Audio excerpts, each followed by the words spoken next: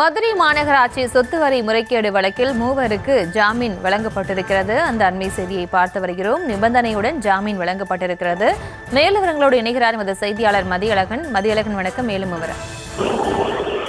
மதுரை மாநகராட்சியில் 200 கோடி ரூபாய் அளவிற்கு சொத்து வரி குறைப்பு முறைகேடு நடந்ததாக புகார் இருந்தது. இது தொடர்பாக சிறப்பு புலனாய்வு குழு விசாரணை நடத்தி வரக்கூடிய நிலையில் இந்த வழக்கு தொடர்பாக இதுவரை 17 பேர் கைது செய்யப்பட்டு இருக்கிறார்கள்.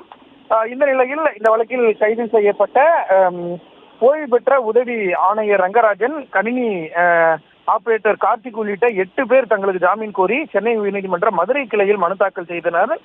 இந்த மனுக்கள் நீதிபதி ஸ்ரீமதி முன்பு விசாரணைக்கு வந்தது. அப்பொழுது அரசு தரப்பில் கணினி உள்ளிட்ட தொழில்நுட்ப கருவிகள் கைப்பற்றப்பட்டு விசாரணை நடத்தி வருவதாகவும், ஜாமீன் வழங்கினால் விசாரணை பாதிக்கப்படும் என தெரிவிக்கப்பட்டது. மனுதாரர்கள் தரப்பில் விசாரணைக்கு தாங்கள் முழு ஒத்துழைப்பு வழங்குவதாகவும், எனவே ஜாமீன் வழங்க வேண்டும் எனவும் கேட்டுக்கொண்டனர்.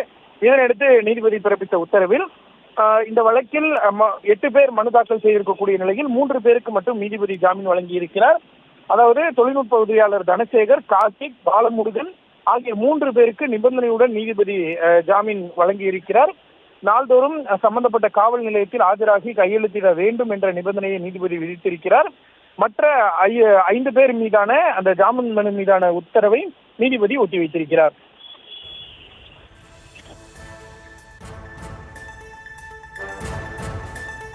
விவரங்களுக்கு நன்றி மதியழகன்.